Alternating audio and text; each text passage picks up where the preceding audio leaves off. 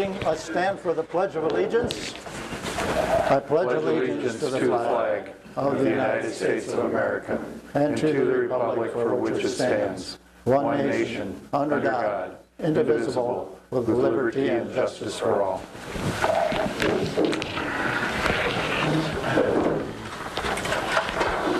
Roll call. Chisel. Here. Bill Richards absent. Carlson. Here. Luce. Aye. Lohr. Aye. Rested. Here. Johnson. Here. Okay, do we have a motion for approval of the agenda? Motion by Ristad, supported?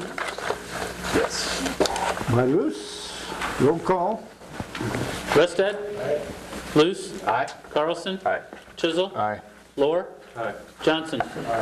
Agenda is approved. We're down to public comment. Is there anyone in regard to an issue not on the agenda that would like to address the council? Seeing none, we'll move on to the consent agenda, which includes the minutes of the April 17th meeting, the claims.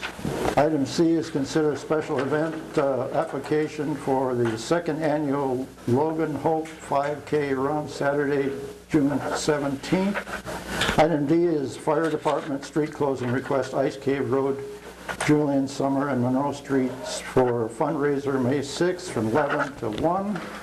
Item E is consider a special events application for relay for a live event on June 15th. Item F is considered special event application for refill on Wednesday, June 21st. Item G is renew Class C beer permit for Pulpit Rock Brewery, including Sunday sales and outdoor service sales. Item H is renew Class C beer permit for Quick Star, including Sunday sales.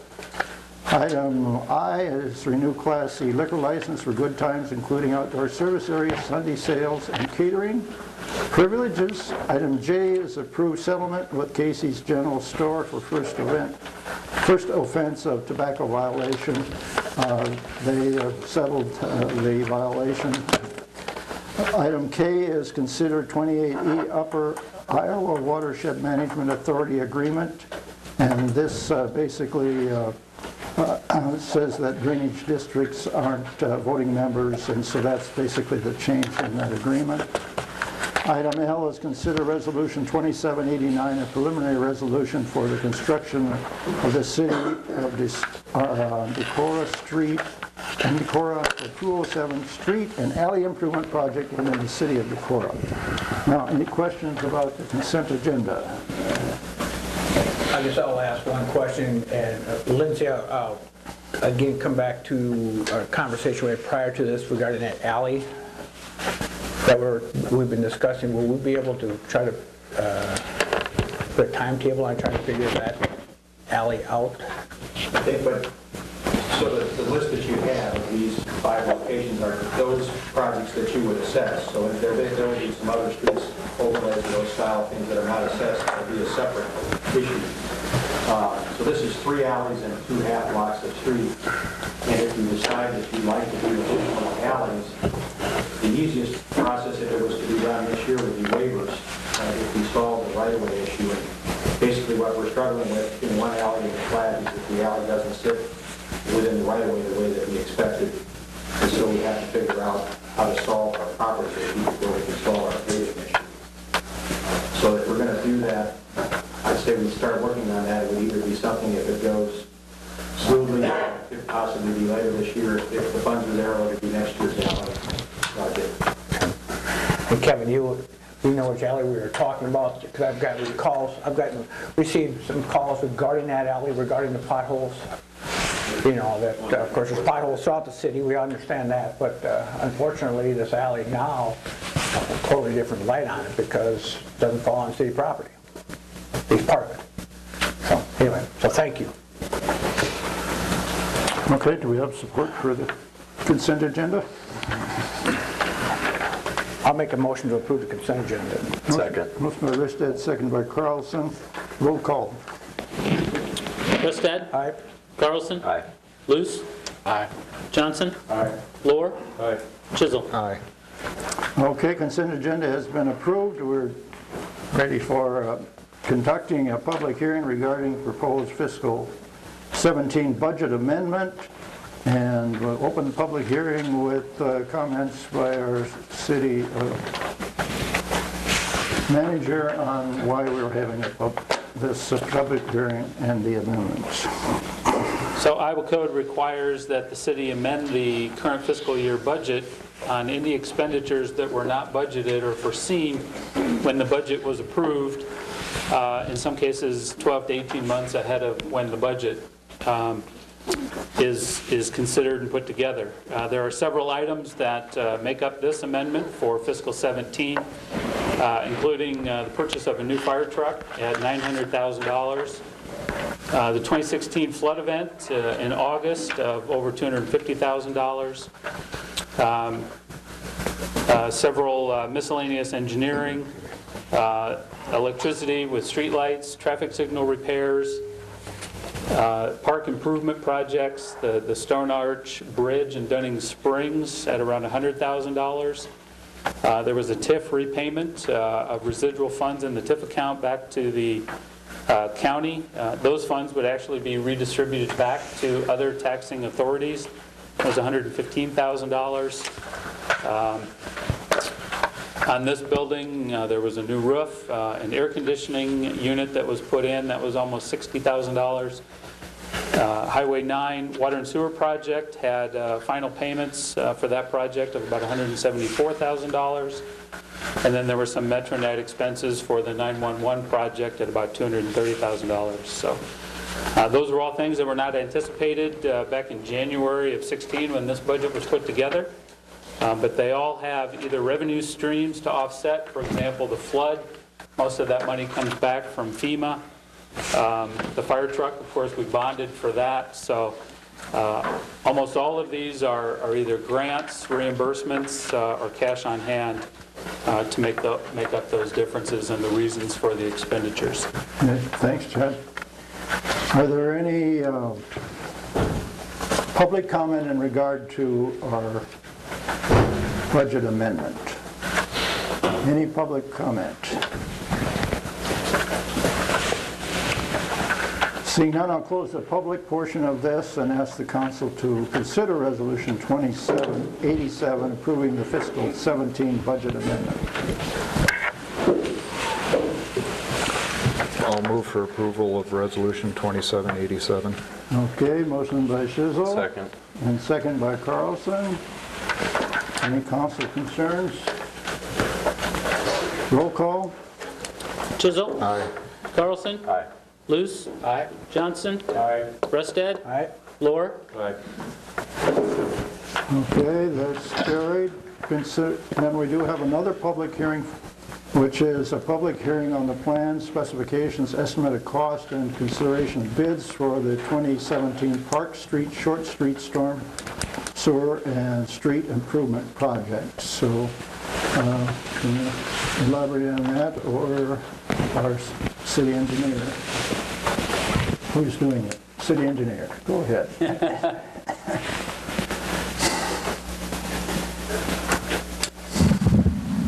Just a reminder of the parts of this. This is the storm sewer portion to address that area between Kerr Drive and the Kerr Drive area, but from the new Park Street extension off the highway down to Short Street and then over toward the Pizza Hut area. It's primarily probably a storm sewer project, but we're paving that street from Industrial Lane to Short Street as a new route to accommodate the changes at the hotel. So our bids, we had one bid. We're at $337,907.91 for that bid. We were estimating approximately $320,000. We are slightly high. We're still, I think, very close to the budget and the contingency that we had. What we will probably need to do is look at the streets that we're making a list of for these asphalt projects and just make sure we have enough left to fit within what we're trying to do here.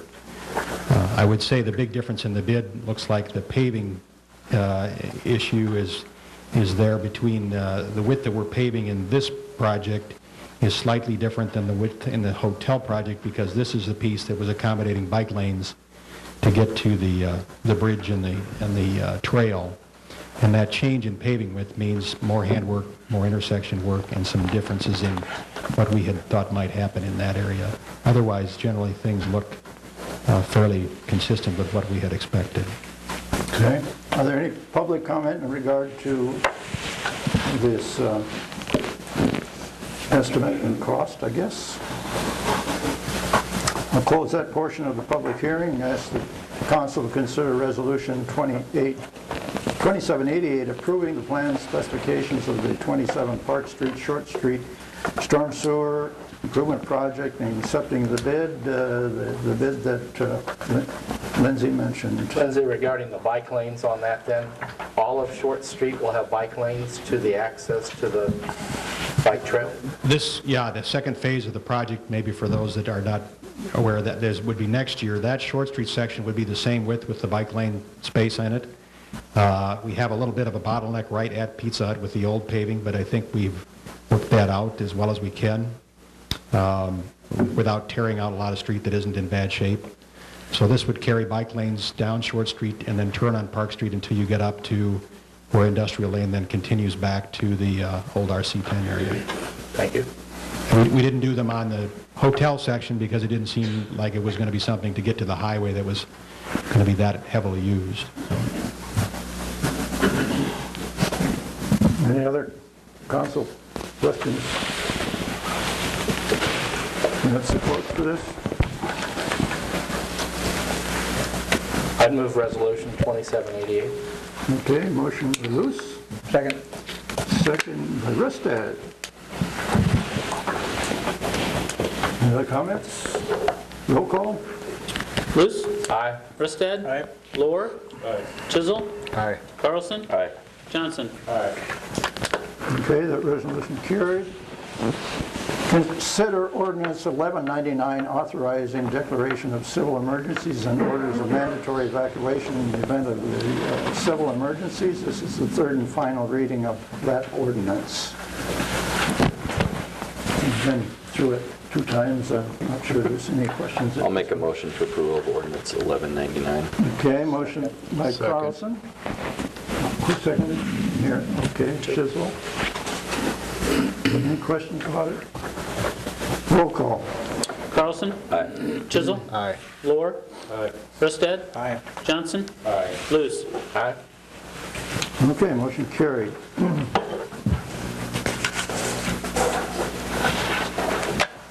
Before we move to the next item, I want to respond to a procedural question raised at the last City Council meeting by Mr. Paul Scott.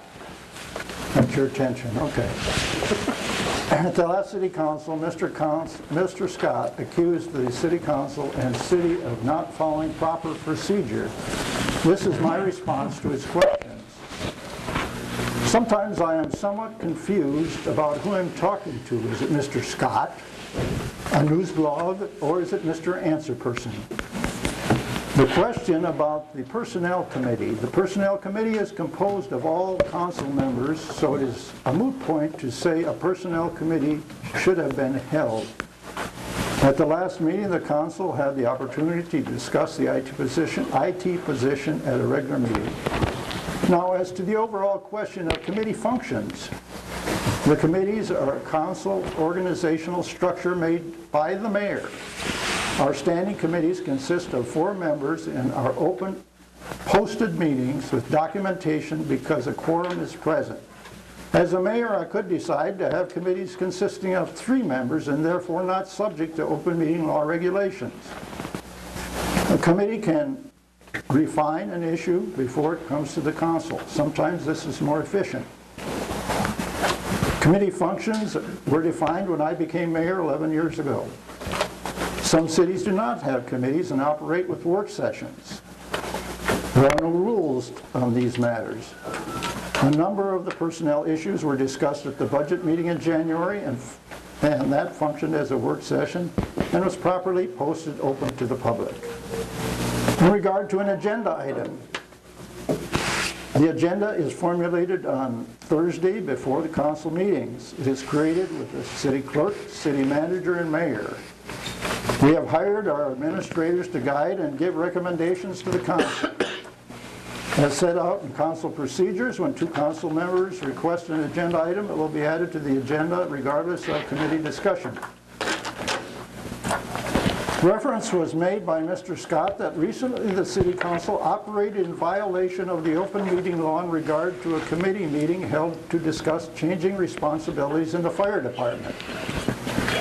The meeting was properly posted and some public attended the meeting other than council members. The violation accusation was filed by Mr. Scott and his blog with the Iowa Public Information Board. The complaint was dismissed by the board. There was no retraction or correction on the news blog. Once accused, you are guilty. Again, the accusation was insulting to the city, was underhanded and incorrect. Credibility comes with the truth. I want to personally commend the Decorah newspaper for accurate reporting and coverage of city council meetings. Thank you.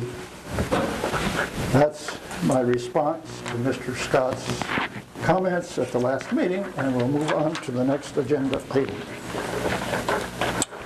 which is consider Resolution 2788, a resolution notifying the county of the intent to withdraw from 2080 agreement. Council discussion.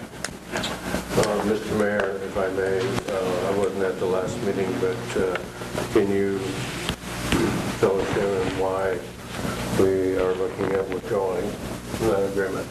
Okay, I'll let Chad elaborate. Chuck, as I stated in the background notes, I think that, you know, with several things that are happening in the city right now, especially the propensity of a telecommunications utility, likely, I think it's in the best interest of the city to consider to explore our own IT staffing. If that utility comes to fruition, it will require full-time dedicated staff to manage and operate that utility. I also think that given the IT networks and equipment and systems that we've added over the last several years, that putting our own staff in place will be more efficient use. Other questions, Chuck? No, I just wanted to reaffirm for everybody that didn't have to the background notes to understand. The issues that there was there 2 weeks ago, have they been resolved at all, or where are they at regarding the $146,000, I think it was, that the county thought that we should pay them? And where is that part of this issue at? Isn't that an issue, not a part of this issue? That's a whole entirely separate I think it's discussion. I think it's a whole part of the conversation, I would think. No, we're talking about like to have Mr. having a Chad. joint IT person and giving 30 days notice that we may decide in the future to let them know we don't want to share that. We're not talking about any equipment issues right now. So those issues still there unresolved? I did meet with the county auditor and one of the supervisors on Thursday of that week and talk through some of those issues. We are working towards an equipment-only 2080 agreement that would address how equipment purchases, software licensing is handled in the future. And right now, we just have a framework of what that looks like, but I don't have a draft agreement yet. Okay, thanks, Chad. Other questions? I'd move Resolution 2786. Okay, which is intent to withdraw from the county. Okay, motion by Luce, was there support? Second. Second by Johnson. Now, more discussion. This is, you're looking at adding another staff member to the city hall. No, I'm saying we'll make a decision that we have notified the county that we may in the near future decide to add another staff person, but we're deciding to let them know now so that if we decide in the future to add a staff or to go our own way, we will have already spent this 30-day period. And Chuck, I believe we're paying 2 half-time people right now, which would be the equivalent of 1 staff member, so. Well, yeah, I realize that, but we'll have to add another staff member to City Hall. This would be a citywide position. And that, So who's sharing in the cost on it then? well, it would be spread amongst all the departments of the city, Well, sewer as it and is waste today. treatment, that's what you're talking about now with the county. Right. But it's still another staff member to City Hall Yes. with the help, with Well, retirement and all that. Yeah, again, I don't know that the city hall piece, I mean, it's a citywide position, so Well, that's would the serve. city. Yeah, It would be a city staff. yeah, but city hall makes it very specific to the administrative offices, and it's beyond that. But you're doing it because if I caught some notes from last meeting, you said you need somebody close to make contact with on internet applications or whatever problems you might have. Is that correct? I don't know that I'd characterize it that way in terms of being close. I don't know what you mean by that. Well, I don't either. It just seems like that's what I had heard or read, so. Other questions?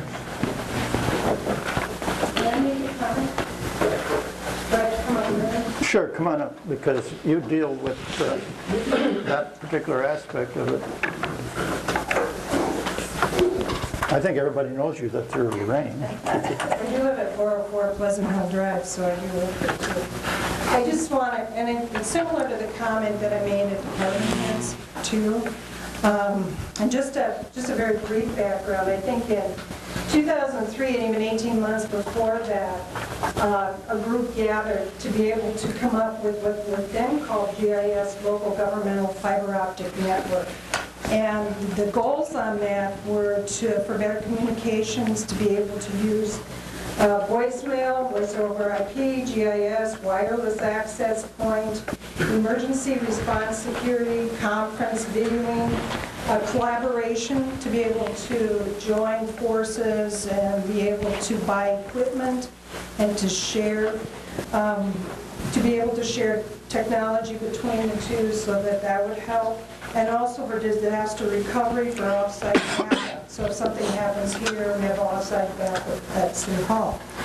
And I think, when I looked at these, and I looked over the discussion then, and then I looked at what has transpired, the glitch that I found was that when we went to set it up, we couldn't find the book Dummies for Setting Up a Fiber Optic Network Between County and City. And I don't mean that facetiously, but the growing pains that it took and the extent of being able to set up that equipment was extensive. But the result of setting it up and going through is in place now that we have technology. We share the technology, we share the bills. From the library standpoint, I know I don't have 3 servers down in the library that I would have to replace and pay for on the library. Some of it comes out of what we call pay in. But it actually is working exactly the way it's set up. I've always supported the technology piece, and I also always have known the value for the library to be able to have that technology and to be able to have the fast fiber, which we all need now. I also see, as you look at it, that's not going to change any. And I'm guessing that as we go forward, each entity is going to have more than enough work to do, that they are going to have more on staff. I think my concern comes in a little bit. I don't, I'm a little taken back by both the county's letter on 30 days and what you can do in 30 days. And I know Chad was really good about showing me that actually what you're making a motion is the intent to tell them that you're going to be hiring your own technology piece.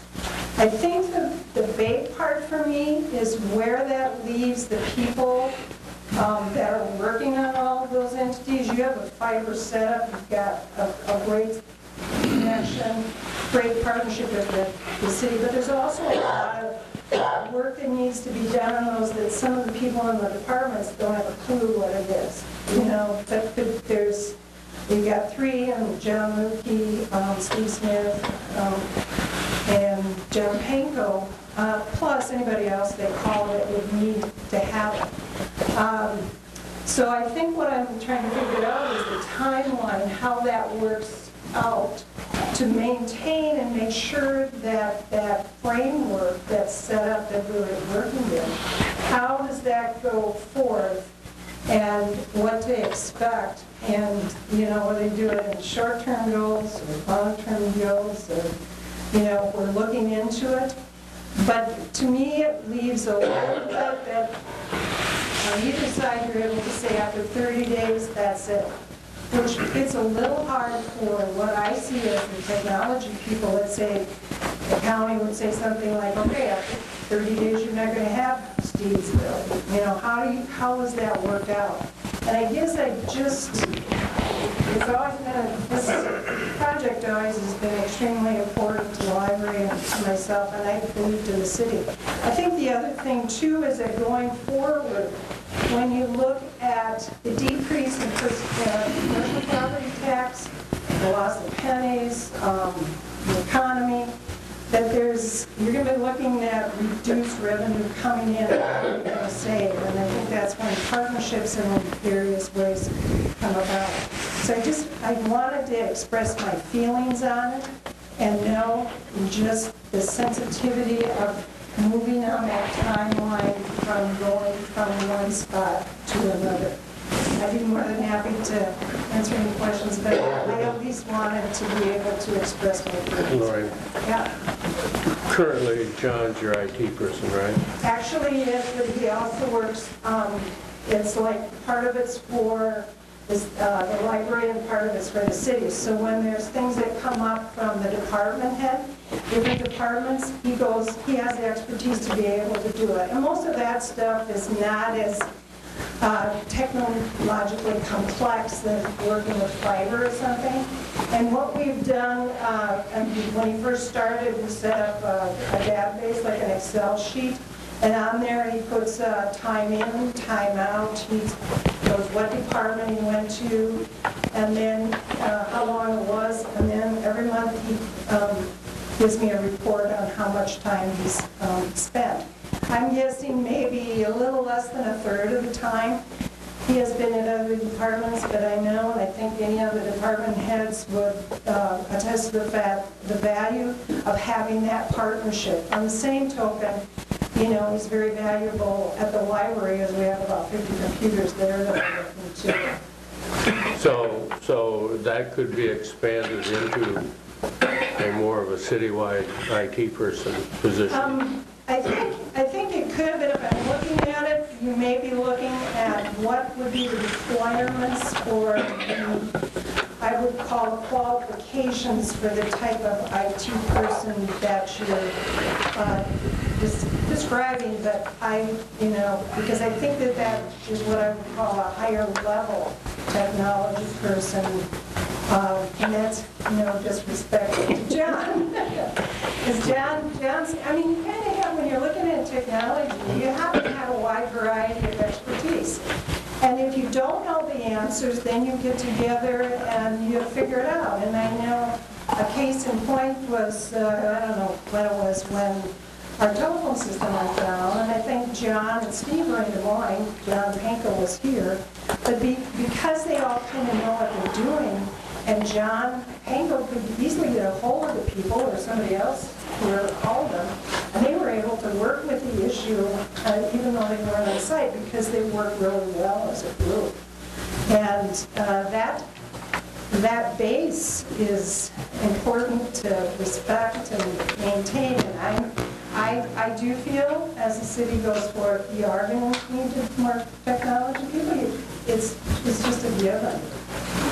But I did want to be able to at least express my feelings on a project that really is, as long as I've come to it, it's doing exactly as what it was intended when we first started. What would happen to John if this went through? John, Your IT? John Panko? Yeah. I don't see. Would he stay I don't as see- IT? Oh, of course. Okay. I would not see that his position would change because the type of things that he does is more of an everyday technology issue that's being worked on. So I would not see that that would go away, or it would support whatever additional IT person you have. But the extent of what he does is everyday fixing or connectivity or working on things to make sure that things are running smoothly. Okay, thank you. You're welcome. Thanks for the opportunity. Chad, I'd like to ask if you thought the city eventually having their own IT director would in any way diminish cooperation with the county on handling things. No, I had never contemplated that we would be completely separate. As I've talked to the council before, so much of our network and our equipment is intertwined because of the Metronet, which, as Lorraine spoke, kind of started this joint effort, not only between city and county, but amongst all 6 entities that are pretty deeply entwined. And as Lorraine mentioned, and I previously said, that the workload is just going to continue to grow.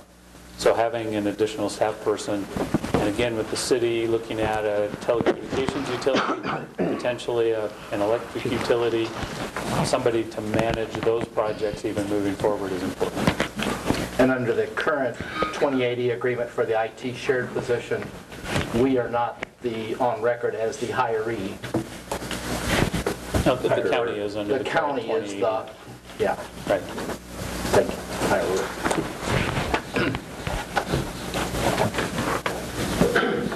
Okay, where are we at here? Did we get support here? Okay. Johnson. I think you have a motion from Luce and a second by Johnson on 2786. Yes, no more discussion. We're ready for a roll call on the intent to withdraw. Luce? Aye. Johnson? Aye. Rustad? Aye? Lohr? No. Chisel? Aye. And Carlson? Aye. Okay, motion carried, 5-1. Then we'll move on to the next one, is to consider the motion to authorize hiring of an information technology staff position.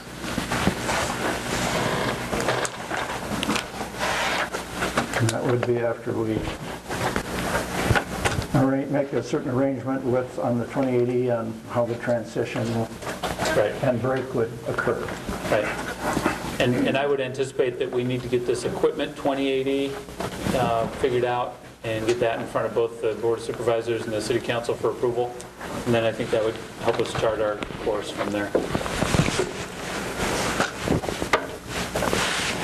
So if this was moved, it would be basically the first step to saying this is the road we're going down. Right. With an indefinite time period.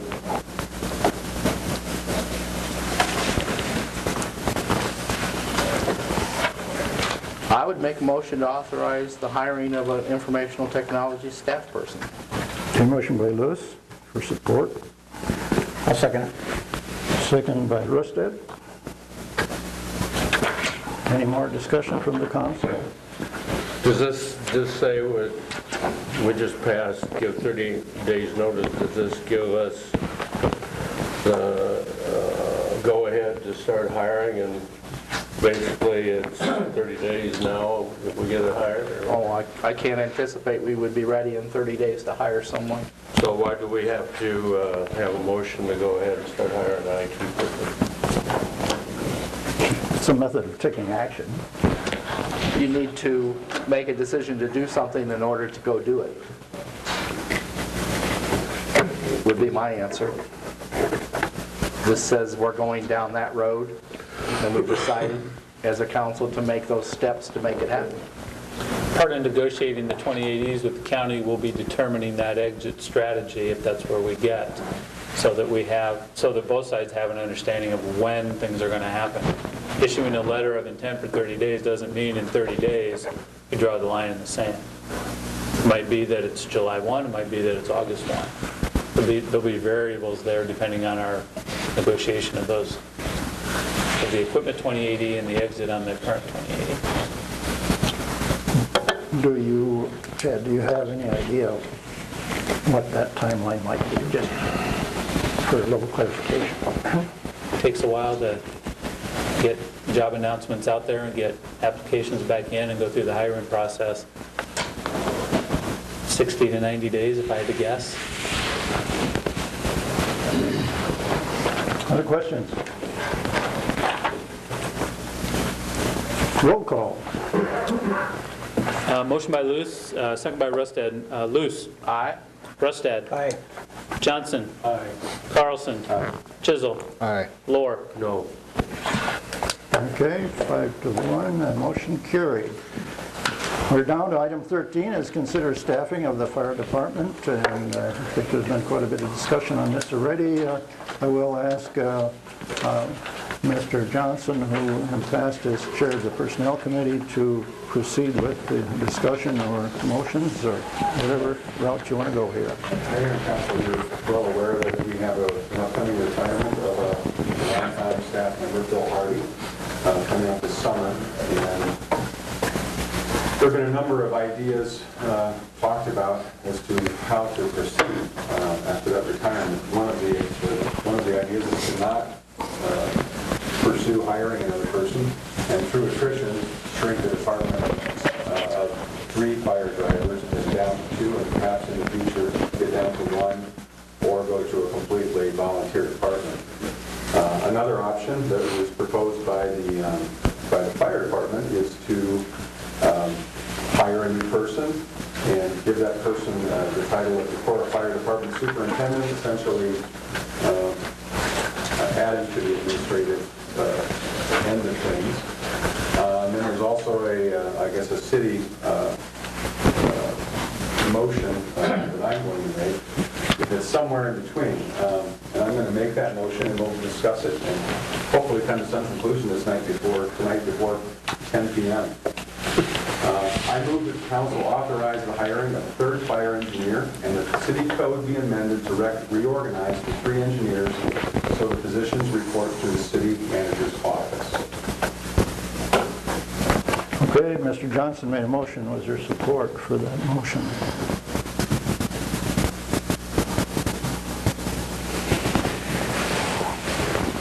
Support for the motion. Is it clear? I'll second it for discussion. Okay, motion by Chisel for discussion. Now, discussion. Now, I go on to say that I've had some discussions with members of the fire department. I spoke with Eric Sovereign today for a little while, and I was originally in favor of not hiring someone through attrition to get to the point where we have a completely volunteer fire department. But as I look at our expenditures over the last few years, we had breathing apparatus that we paid $75,000 for in 2014. We had 2 trucks for fire and rescue in 2014-15 for $600,000. And of course, last year we bought an aerial ladder truck for $900,000. All of these things are highly technical pieces of equipment and require a certain amount of expertise.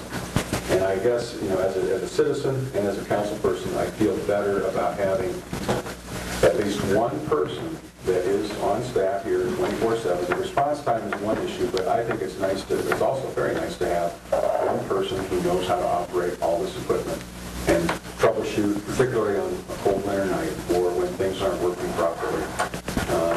I know that our fire department takes great pride in the work that they do, and the volunteers spend an awful lot of time training. We are the premier firefighting unit for this region of the state. And I think that perhaps we deserve to have 24/7 coverage here at the station. Other discussion? Go ahead, Peter. Mayor, I guess I would like to hear somebody from the fire department respond to Mr. Johnson's motion and thoughts. I think Eric, is Eric here?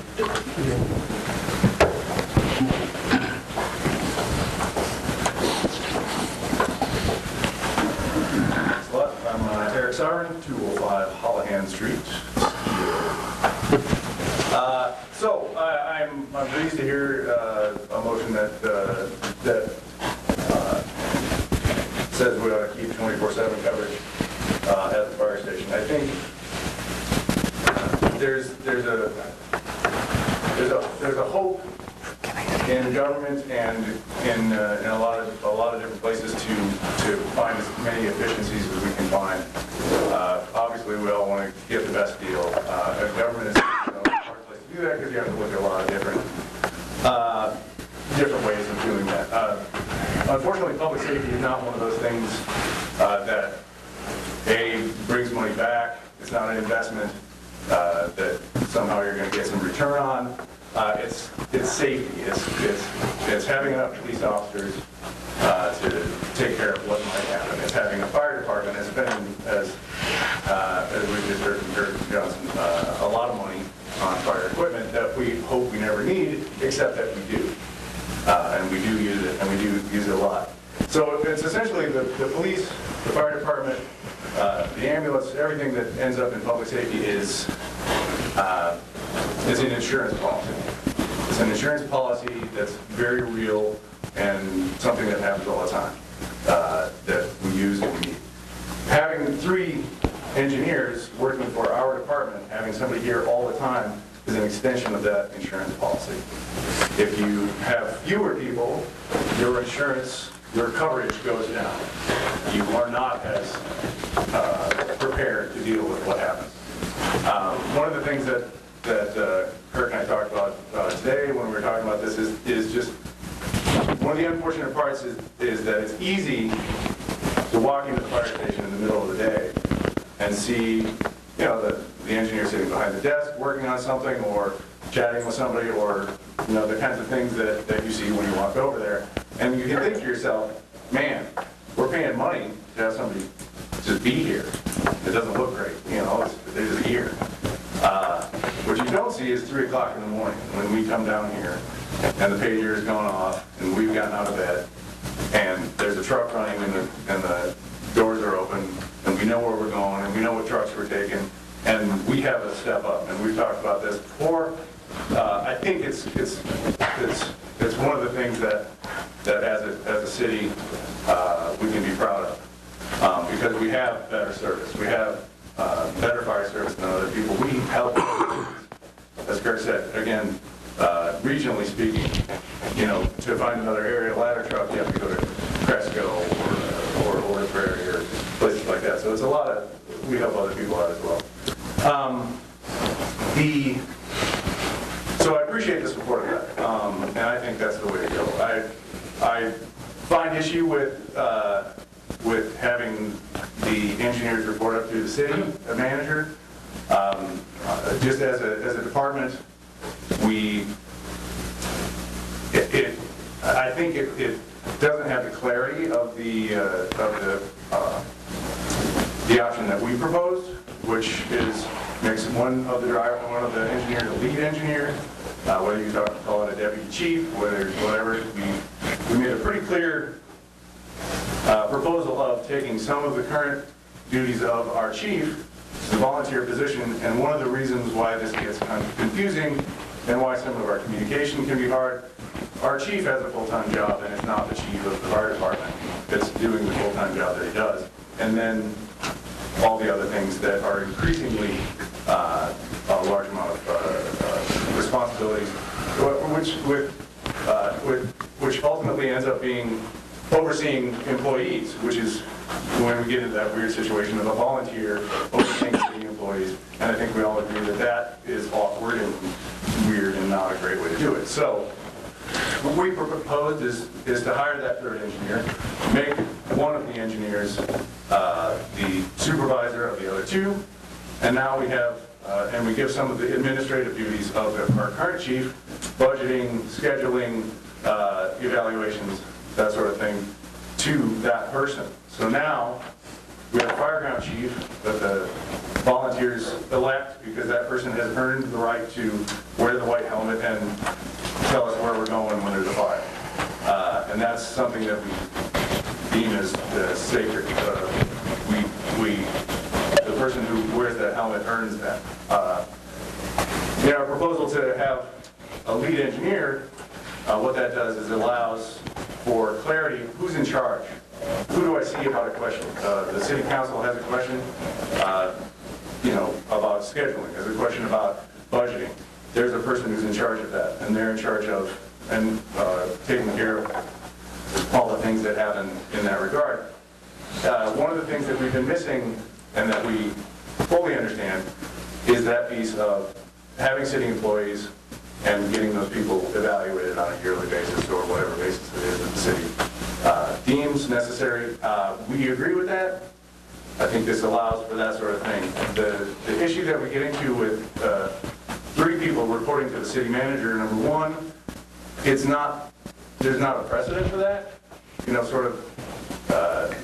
The city manager, it seems to me, would be excellent at giving an evaluation of a department head and how that department is doing as a whole. It's a sort of high altitude look at something. This is getting into a much more nitty-gritty daily task sort of oriented evaluation, which just seems another awkward thing to do. What also hasn't been really discussed is, are we still taking some of the administrative duties from the chief? And are those going to the engineers? What are those and who has them? And I think we're muddying the waters if we do that. We don't have that single point of contact, a lead engineer that the city can go to and say, or vice versa, this is broken, we need to fix it. This is something that we need to get evaluated, let's do it. Let's talk about inspections. So I feel like that having the 24/7 coverage is something that the city has come to expect, the citizens expect, I think is a great idea. I worry that how the reporting structure goes gets something that's confusing now and makes it a different kind of confusing instead of making it clear and hopefully easy to understand. So that's where we sit right now. We appreciate the support. The equipment is second to none that we have out there. We hope that the training that we do is up to that, and we believe firmly that what we do is important work, and we're not in it for the dough. We like doing it, and we feel like we have a say in, or should have a say in how it works. Thank you. How many firemen are actually trained to run the trucks? The engine one is the one apparatus that has a limited number of people, and that would be the 3 engineers full-time plus the relief drivers, which I think the number is 8, 9? 5 total? Okay. So, for example, I'm president of the Firefighters Association. I'm a captain, and I can't drive engine one. Okay. What would happen, let's say, if the city was using the firefighters to do house evaluations across town and a fire call comes in? I think we've talked about that possibility. There are ways that we can work around that. If there's we can certainly, driving the truck itself is not the issue, is operating the truck. So there are ways that we've talked about getting that truck to the scene, potentially not driven by the engineer on duty, and the engineer getting to the scene in some other, some department vehicle with lights and sirens and whatnot. But that's, again, something that we need to discuss further down the line, but it's not out of the question for sure. But correct me if I'm wrong here. 2 weeks ago, I had a resident of my ward have a house fire. And if there would have been some way or some reason why there was a delay of getting there, seeing a fire doubles every 30 seconds, and there was a 10 to 15 minute delay, could be a chance of losing a house and everything, the possessions in it. And then when you came back from that fire, the person on duty, 2-3 hours to get everything ready just in case another fire? Sure. I wasn't at that fire personally, but I certainly know about what you're talking about. And yeah, there certainly is a moment where seconds count in almost any emergency, and that was one where we made a really good stop on a fire that could have gotten out of control, and I think seconds did matter in that one. And clearly, yeah, anytime we come back from a fire, there's, everybody's here until we're ready to go, and all the hoses on the truck again, everything's full of water, air tanks are full, so there's a great deal of work that goes into it. Now, you clean everything, equipment they wear after every fire, so. We do, we get the trucks back in service and, clean things as necessary, absolutely. So it's almost a reason for being a full-time professional when there's a fire. Yeah, what we end up with the engineer is somebody whose job it is to make sure that everything is ship-shape. Volunteers aren't here every day or every third day. We have lists certainly that we go down, but it's having that professional eye on, this needs to be plugged in, there's 1,000 details, and so, And some of the volunteers could be out of town with work and stuff. Absolutely, yeah, we staff on that basis. I spoke with the homeowner this afternoon of that fire. John Yelly called me and we were talking, and he wanted to express gratitude for the service that he received from the department. He said as I recall, he said that the response time was a record 4 minutes, which I found astounding. And he also mentioned that his insurance people had told him that had things gone, a few minutes more, it may have been, he had lost everything. As it is, he's, refurbishing his home. Yeah, we are proud of our ability to offer that service.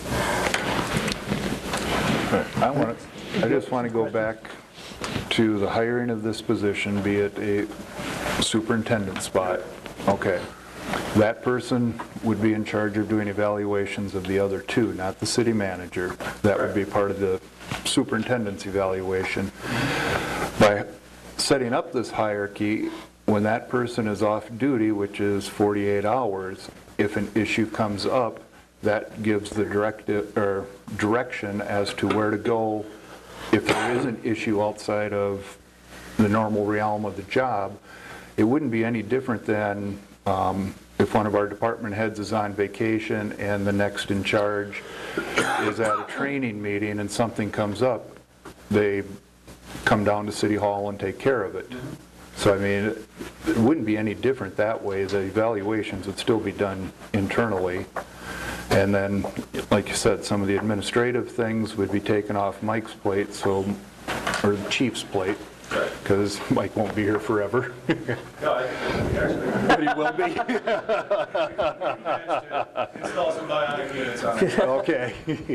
But anyway, that allows him to work with the volunteers and make sure that, like Kurt said, what we all heard from John after talking with him and after watching it, because I was next door, you guys are well trained, you did a fantastic job there, minimal disruption for everything in that area, and they're able to refurbish their house. They didn't lose a wall or have to tear anything down, just get the smoke out. So this here is kind of a, like you said, a compromise between the two, but I think it gives some clarity as to how to make things run a little bit more efficiently so those communication lines stay open. I agree.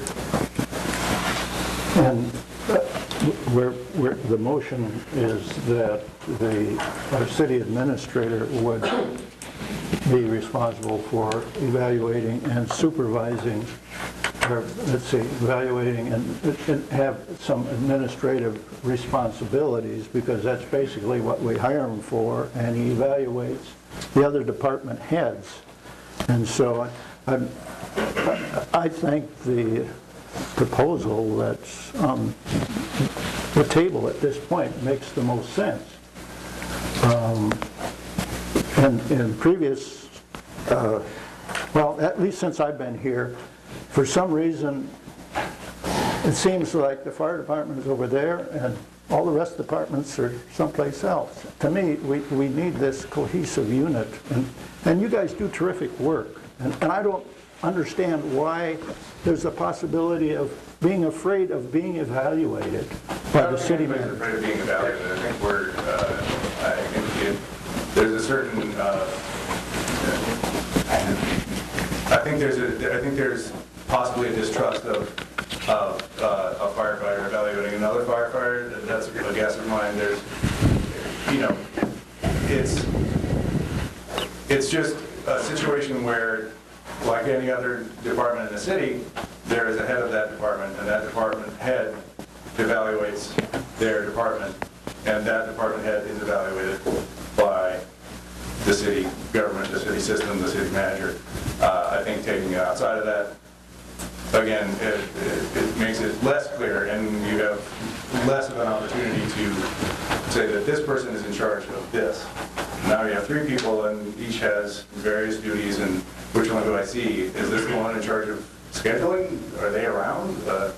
You know, I think having one name to contact makes a lot of sense. I think it also is a compromise. I think we could stand here and we could say, we'd like it just like the way it always is. We want 3 engineers, we want the volunteer chief to take care of all of this, and we want it to be as, you know, sort of awkward as it's always been, and we're happy with that. And we're not doing that. I think we're offering what is a greater efficiency, a greater reporting structure that makes more sense than, you know, somebody, frankly, I was speaking with one of the council members about, you know, there was some question of whether you have to pay this person a little bit more money, and the assumption would be yes, that it would be a bump. It's a supervisory position. It's in any job where somebody's evaluating somebody else, that tends to be a higher paid job.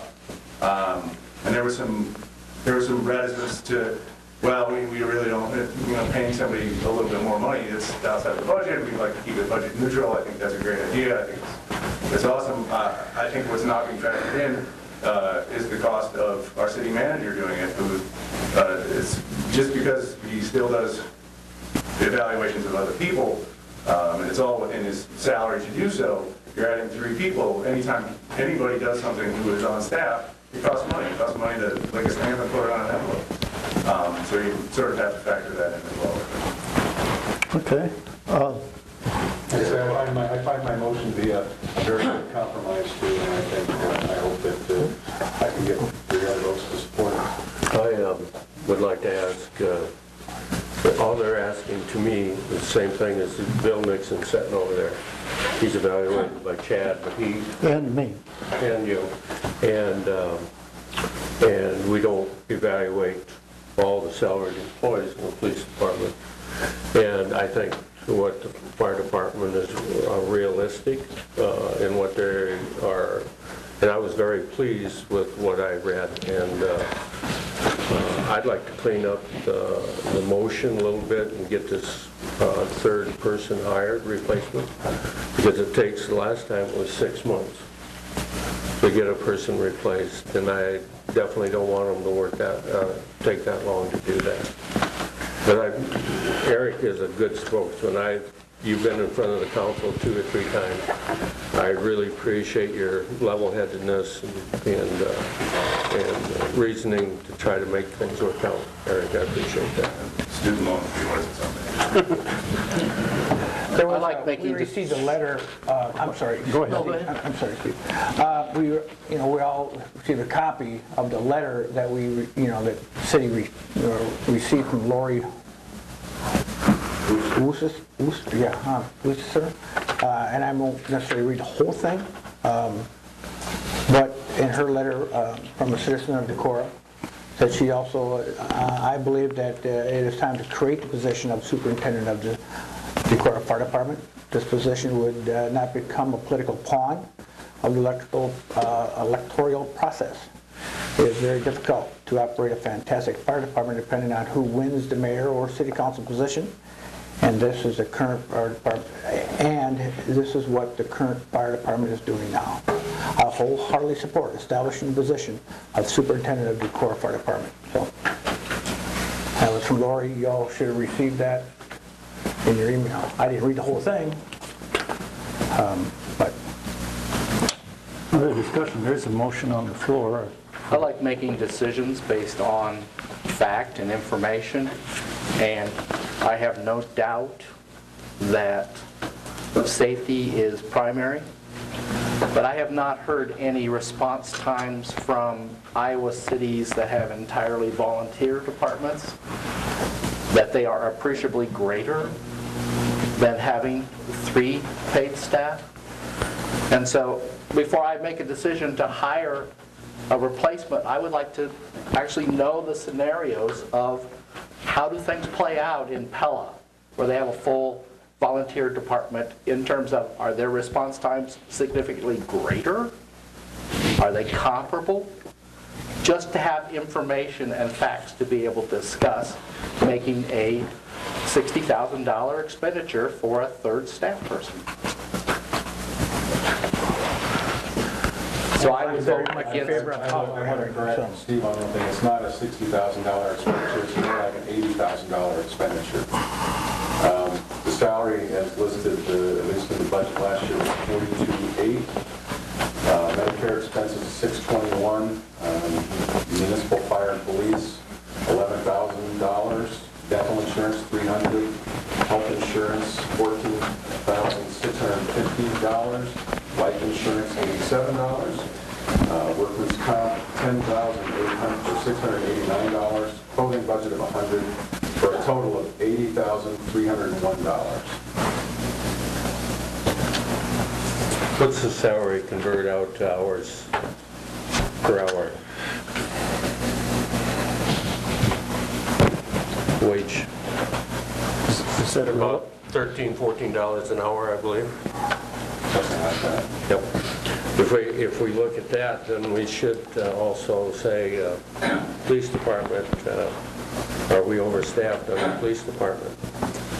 This is set up by the state on the retirement and benefits that we have to pay into that. I still say that's a small price to pay for the insurance policy we get with the Jackson Fire Department. Eric, how does the department feel about, and I'm not trying to get rid of your job, chief, but having a full-time chief, a paid In addition to the 3 engineers, I think it would be a great idea. a paid position? I'm honestly... I mean, it feels like it would clear things up quite a bit and make it run procedurally like every other department. So there are a couple of questions. What I'm talking about is if you add a full-time chief to the 3 engineers, you definitely solve all the problems, because now you have somebody that's able to go and do inspections. You have somebody that's the clear department head and takes care of everything. Charles City does it this way.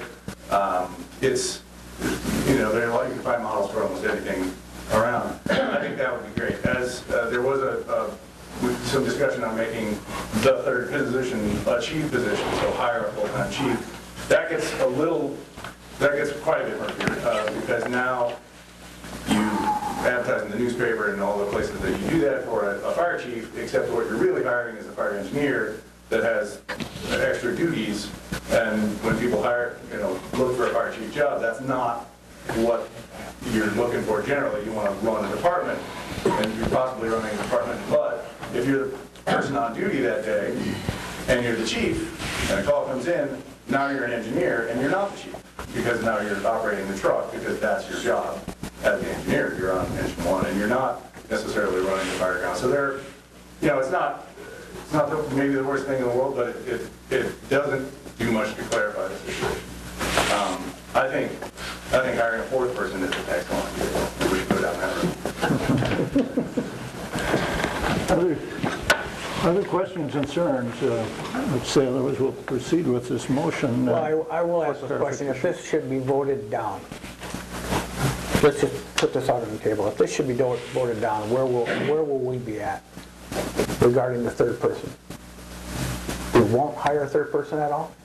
If this should be voted down? That wouldn't be the directive. The directive would be to not do this. Okay. That's it. So you're back at ground zero. So we can submit a motion.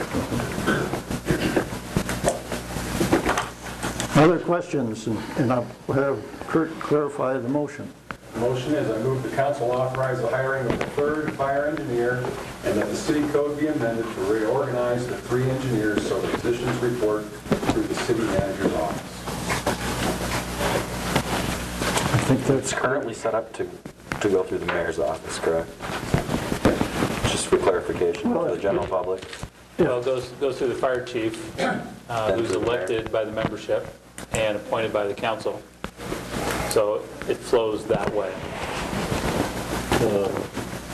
Mr. Mayor. So basically, the change is that there will be some evaluation and oversight by the city manager. Basically, the bottom line is basically, does one person report to the city manager, or does all three of them? That's, you know, we're going to have a third driver. We're going to have 24/7 protection. Basically, what we're coming right down to, we're boiling right down to it. Do we want one person to report to the city manager, or three? I think That's what I was getting at. yeah, I mean, make no mistake, I'm totally in favor of a third driver, 110%. But the bottom line is, do we want one person to report to the city manager, or three? Which is easier? Which is easier for the city manager? To hear from reports from one person or three people? You want to respond to that? It doesn't matter. It really doesn't matter. You know, I mean, we Workload all is a want workload, protection of the, so. we all up here, we all want the protection of the city residents, the properties of Decorah. We want them protected 24/7. Right. This whole thing is boiling right down to, do we want three people reporting to city manager or one? But when you, But Kevin, when I'll use Kevin, I don't mean to throw you under the bus, Kevin, but, you know, Kevin has how many employees out there? There's 7. 7. It's easier for Kevin to report to city manager, okay, and report on what's happening at the street department. It's easier for Kevin to do it than it is for Kevin, Corey, John, all the other ones. So that's kind of that's the way I'm looking at it. To me, it's just simplifying things. okay, we're clear on the motion, right? Can I ask another question? Well, yes, we're not done yet. With the motion that's up for a vote, can we change the operating procedures of the city by this motion? Because you're in charge of the fire department by the ordinance. So does this change the ordinance, or do we have to? Well, it directs, Kirk's motion directs the hiring of the third person and then sets in motion to change or amend the city code to allow this reporting to happen. So we could make the changes as to 1 versus 3. Is there any opportunity for public input? Well, let the council decide this at this point. I think we'll not try to. And Rick just pointed out here too that if you elevate one of the three, you hire the third, so you have 3 staff, and you elevate one of them to supervisory position. That's a new job description and it removes that position from the union bargaining unit because it would become supervisory. Just so you know that. I don't know that it matters And either way. essentially have 2 chiefs, which I find redundant. That's why I was asking if we could just get a full-time chief. Skip all of this. Mayor, I'd like to hear what the public has to say too. I would too. Okay, well, who's to start? Go ahead, come up and address yourself and state your... I'm Herb Hageman, I'm a resident of Decorah, and I'm here, I guess, looking and listening, because I've been hearing I read the news, and I'm not saying that I'm an expert, but I have been mayor in the future in the past life. I've been on the council. I've been an assistant fire chief. I work for electric utility in lower, middle, and upper management. And one of the things that strikes me is that it never really works to have 3 people at the same level working. You should have someone that's responsible. You don't talk to all 3 of them, you talk to one of them. I really think that the way they're talking about setting it up sounds to me very logical. And I think that yes, that one person, the superintendent, should do the evaluations. Whoever the fire employees answer to should do the evaluation for the other one. Now, I don't know if that's the city manager or if that's the mayor. I don't know. Could you tell me? Well, I think at this point, it's the fire chief. No, I'm saying if you go with this scenario. Oh, the scenario.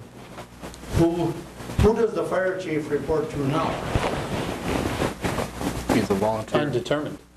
That really isn't. That's the big question. Okay, well, then it's the perfect time to set up one.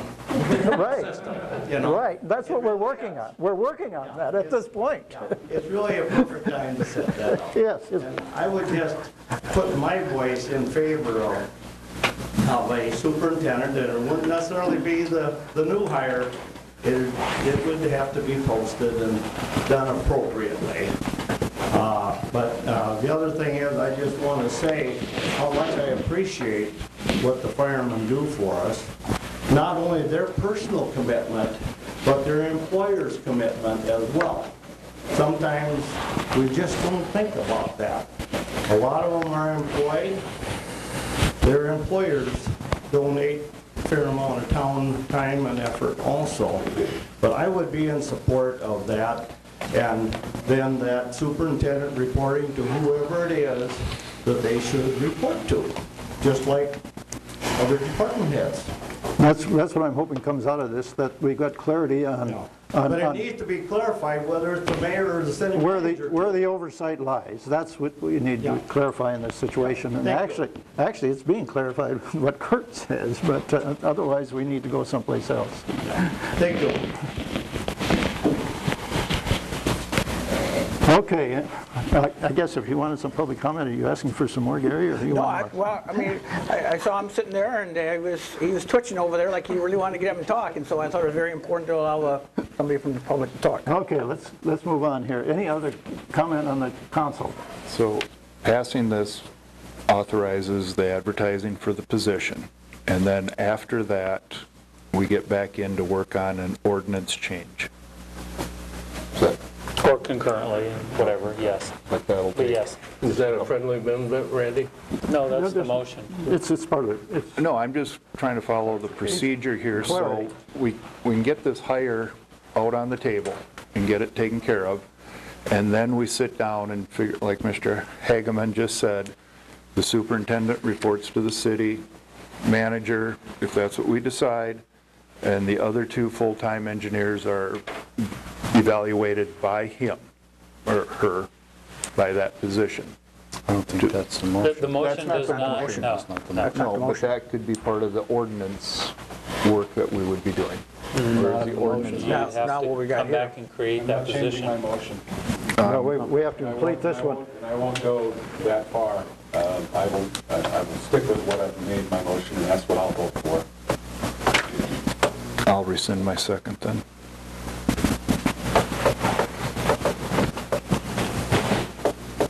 I don't think he heard you.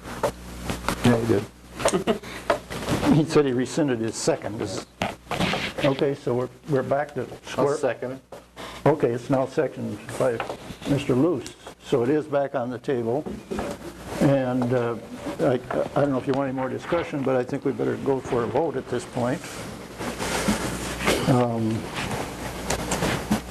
So are we ready for roll call, or is there any more discussion? We're making a motion on the motion. We're making a vote on the motion that Mr. Johnson made. So roll call. Johnson? Yes. Rustad? No, Lohr? No. Chisel? No. Carlson? No. Luce? Yes? Okay, motion failed, but then do we have another motion? I'd like to make a motion to hire the third driver, third engineer, and to appoint one of the three drivers as a superintendent, and that superintendent would report directly to the city manager, with the other drivers reporting to the superintendent. Second. Okay, the motion's been made by Ristad and second by Shizzle. Is there questions about that motion? So you're expecting to hire a person for the superintendent who has HR skills on top of firefighting skills? Well, they'd have to have some, that's for sure. And that can be put into the advertisement. And we've hired before to train people in the HR side of it. We've hired firefighters to be Not HR person? firefighters, department heads, and that have had minimal HR skills, and we've brought them along through training and education. It can be done. Do you have salary level qualifications otherwise? Or do you want to address those later? I'd like to address those later. I think we need, because I think you were going to do that anyway with Mr. Johnson's first amendment, or motion. No, I mean for the superintendent position that you're creating, the first motion didn't create the superintendent level. Okay. So now you'll need We will need qualifications that. and We will salary need the range. qualifications. And I think that's where the personnel committee should get together and talk and lay out the qualifications and pay structure. Other questions or discussion? There's a motion on the table. I can't vote for a motion. I don't know what we're hiring, at what level, and what pay. So I will be a no. I think we're not ready to hire and start a new position until we see a job description and the whole impacts of it. And I would be discouraging us to make decisions not knowing what we're doing. To say we want a superintendent is fine, but if we're going to do that, let's see what it is and what it entails, and then make a decision based on knowledge as opposed to reacting to something. Please. Other discussion? We do have another motion on the table. I think we're ready for a roll call on that, apparently. Okay, we have a motion by Rustad and a second by Chisel to hire a third driver and appoint one as superintendent. Rustad? Aye. Chisel? Aye. Lohr? Aye. Carlson? No. Luce? No? Johnson? No. Tie vote Doesn't pass. failed. So I don't know if you want to go for another motion or you, Well, I think at this point you need to get together as a council and determine your course of direction. that's what it appears at this point. I would just add that I think my original motion is about as good as it gets for this group. And I would ask those of you who voted no to reconsider if I were to make that motion again. And it might be a different outcome with a full council present. Yes. The only difference is the evaluation is of 3 people versus 1. Yes, exactly. That's what I said. And I can live with that. Can we start to get a motion, clean the motion up and at least, with, as I said, the last one hired at the police department, as I understand, or police department, excuse me, fire department, took 6 months to get one qualified and on duty. Can we clean up a motion where we start that hiring process for that individual? If you can't define what it is, how can you start? Driver, I think what Chuck's asking is just start the hiring process for the third driver, period. Yeah, No other period. changes. Is that right, Chuck? Yes. Chad, you got it. And I don't think until we have the structure figured out, why would we go that route though, until we know what we're going to do? Well, that, And we know the route. Why don't we have a personnel committee meeting and lay all that out? I'm not opposed to that. Okay. Should we move on? Let's just do it right now. Do it in clear light of day. may I ask a question of Eric Eric again. Well, he's still here. Are you? Come on up. The proposal that you, the fire department has come up with, is that hiring of that driver tied to this one person, or? I'm afraid I don't know. Can we just hire a driver and get that superintendent selected out of that group? I think that would be up to you. I mean, I would be in favor of starting the process of hiring an engineer who ends up how that structure goes. With the understanding that it very well could be the engineer, but we get that engineer, I mean, number one supervisor, but we need, am I wrong in saying it could take 6 months to get somebody? It is a civil service position, so it is a bureaucratic. And we've already, what, 4 months behind, we knew when that was going to happen. I think we better move on this issue at this point. Thank you. Thank you. Okay, I guess we haven't reached any consensus. It appears that the discussion is going to be ongoing at this point, and so we'll proceed if there are any other matters. So, well, just so staff has some direction here to formulate information or gather research. Yeah, what? I don't have a sense of what you're looking for. Yeah, right? We've been discussing quite a while here, so I'm not sure. Before, my motion is what I will support, and no more. I won't support going with another layer of administration or another non-union supervisor in addition to a fire chief. I think this was a very good and clean compromise for our situation today, and I think it would work very, very well.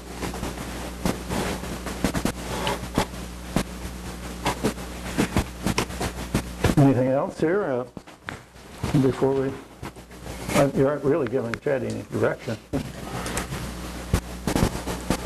think your personnel Just hammered out and give you direction. personnel. Okay. I'll pull together some information and get together. Okay, we're complete with the major part of the agenda. We're down to city manager reports, other reports. I had a couple items on your desk that I wanted to draw your attention to. One of them is just the monthly Winnebago County Solid Waste Agency meeting, just so you're aware of what's going on there. I did want to point out that the Winnebago County Convention and Tourism Office printed a new day trip motorcycle guide. It's the second year for that. It's an updated piece. It's been very popular. I think they ran through more than 3,000 copies last year through the summer. So there's a economic impact of trout fishing in the driftless region. This was presented at a meeting last Friday and has garnered some additional media attention, so I put a copy of that on your desk as well. And actually, that's all I have. Okay. Thank you. Department head reports.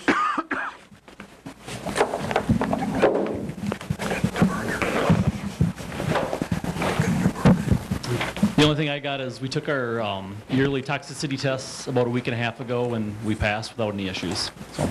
Good. I just want to let everybody know today, May 1st, is the start of summer recreation and swimming lessons and swim pass registration. And although there was no rap videos hyping the event today, there has been a good turnout already, and registration is well underway. When do you turn the thermostat up? In here? Yeah, anywhere. We have completed our 2017 water quality report, and if anybody would like a copy of that, you can either pick one up at City Hall, the Public Library, or at the Water Department, or you can log on to the city's website and it'll be under the Water Department section. The street department's going to have their annual freeloader day out at the compost site, where you can bring your vehicle out and we'll load vehicles for you with wood chips or compost. And that is Friday the 12th and Saturday the 13th. Friday will be from 8 a.m. till 3:30 p.m., and Saturday would be 8 till noon. Kevin, well, kudos to the street department and the street work that's being done. And glad to see that Fifth Avenue, maybe East Main someday we'll be able to work on that one too. But I'd like to quote Kevin, the bumpuses on College Drive by Luther will be worked on also, right? Yep, it sure will be. Thank you. Anything else back there? Up to City Council? Nothing this evening. Okay. Anything over here? I kind of the same line that what Chuck said, though, because I had different comments regarding the College Drive Bridge. Lindsay, can you kind of quickly give us a kind of an update a little bit on the process of what happened over there and possibly the cost?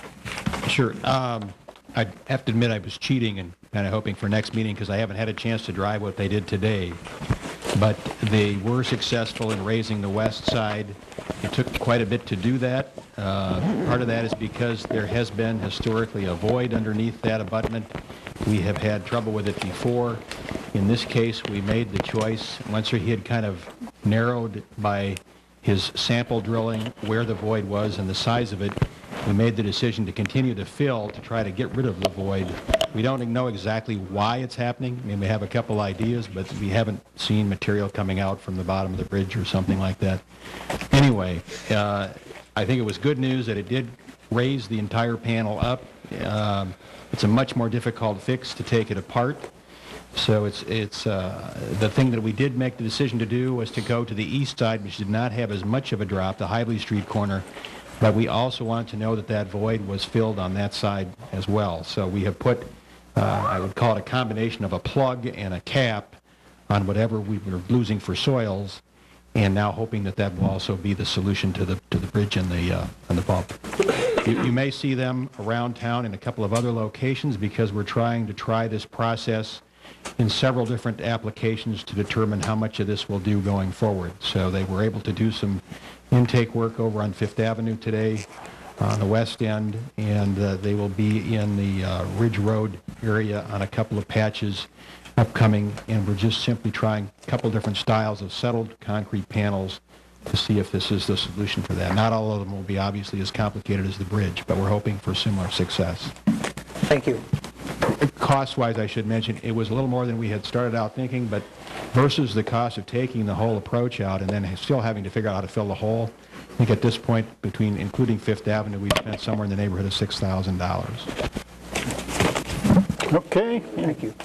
Anything else? I guess Kurt will wait for whatever's coming up. We'll wait a while. Okay. Do we have a motion for adjournment? So moved. Meeting adjourned. Right, Mike,